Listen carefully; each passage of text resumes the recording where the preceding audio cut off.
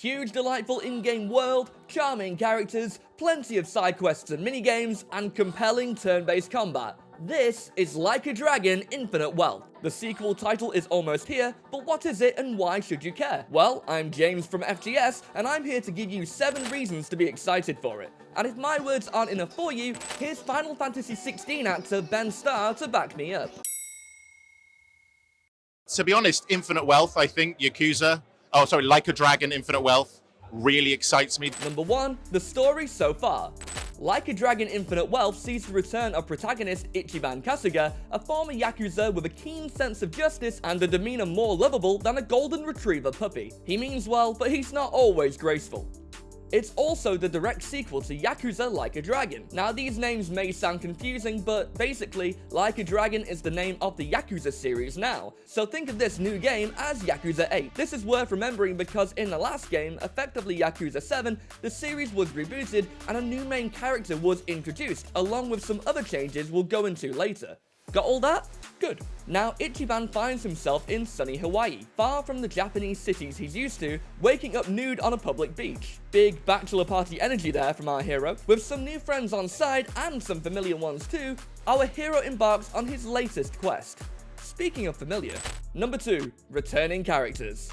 In addition to Ichi, we also see the return of the one, the only, the iconic Kazuma Kiryu. Once a legendary Yakuza known as the Dragon of Dojima, he was the original protagonist of the series, a role filled until his finale in Yakuza 6, The Song of Life. At least that was until he got a spin-off title, Like a Dragon Gaiden, The Man Who Erased His Name, which we have a video on here, so please go and check that out. Also, if you're enjoying yourself, why not like this video and subscribe to FGS while you're here? I cover the Yakuza series all the time on this channel and on our TikTok page, and I'll be sure to keep you updated with everything you need to know. Anyway, Kiryu is available here as a party member, joining in on the turn-based tumbles as you make your way through Hawaii. But he's not the only returning character in Infinite Wealth. One big example is Goro Majima, a beloved series regular and longtime Kiryu fan. Whether he's playable or not, we really don't know, but he seems to have a role as the story unfolds. Then we have Pound Mates. For newcomers, Pound Mates is an in-game service where you can call for backup in a battle. You choose your fighter, pay the required sum, and then this wonderful warrior waltzes in and wantonly wallops your rival. Rival. Available to call are a whole host of old friends, from Kaoru Sayama to Shun Akiyama, and many more. Honestly, is there any better way to reunite than wiping out baddies? I don't think so. As for how the fighting works, number 3, turn-based combat. Mostly. Like a Dragon Infinite Wealth uses a turn-based combat system. Your party members are able to move around the area, doling out basic attacks, skill moves, and special attacks. You can also use items and call the previously mentioned Pound Mates. Skills require mana, represented by a pink bar, while specials have to be charged up. Although the ability to control movement is new since the last mainline title, the most significant change in combat comes from Kiryu, as the Dragon of Dojima can break the rules of turn-based combat. Kiryu's special move lets you release a bunch of attacks at will, punching and kicking foes to pieces in the style of original Yakuza / Like a Dragon games, and it's incredibly satisfying as a break from the normal turn-based vibe. The ability to mix up the combat is a welcome addition and will probably be even more important as we'll likely be getting into a lot of battles. Number 4, longest game in the series. That's right, Like a Dragon Infinite Wealth will be the longest game in the series. That's according to Masayoshi Yokoyama, head of Ryuga Gotoku Studio, the developer behind the franchise.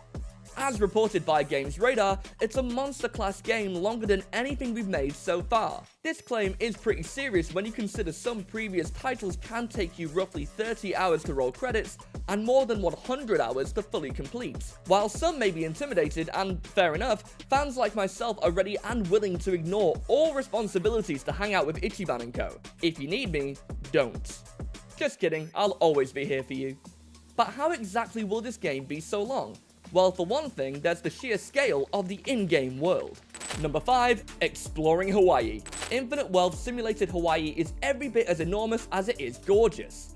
Developer RGG has confirmed the in-game Honolulu City is more than 3 times the size of Izazaki Ijincho, the main map from Yakuza Like a Dragon.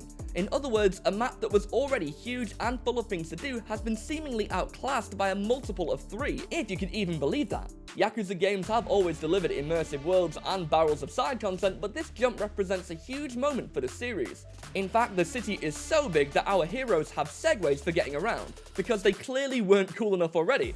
Segways are cool, right?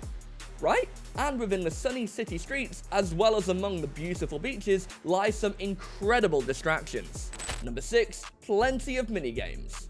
It's impossible to think of the Yakuza / Like a Dragon series and not immediately hear karaoke. Rhythmically hitting inputs as Kiryu belts out Baka Mitai is one of the greatest pleasures a gamer can have, and that same joy is waiting for you in Infinite Wealth. In fact, there's an enormous list of minigames to keep you from progressing the main plot. According to Game Rant, returning minigames include darts, mahjong, blackjack, batting cages, golf, survival can collection, shogi, UFO catcher, oichikabu, koi-koi, poker, vocational school, and the aforementioned karaoke, of course. As if that wasn't enough, we have new minigames. Crazy Delivery, Sujimon Battle, Mismatch, Virtua Fighter 3, Sega Bass Fishing, Spike Out, and Dendoko Island. That last one is already grabbing attention because it's basically Yakuza meets Animal Crossing, as you develop your own paradise to enjoy. Although now I say that, I can't help but worry Timmy and Tommy Nook will come around to do Ichiban's knees if he doesn't pay his mortgage on time. That got real harrowing real quick. Sorry.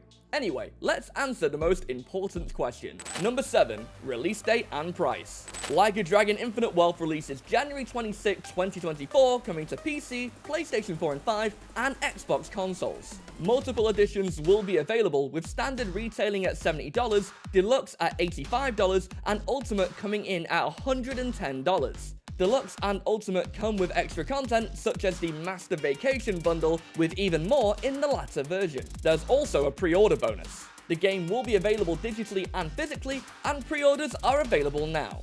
And there we have it, our 7 things to know for Like a Dragon Infinite Wealth. Are you looking forward to this one? Is there anything else you're curious about? Let us know in the comments, and follow FGS for more deep dives into the best upcoming games every single week.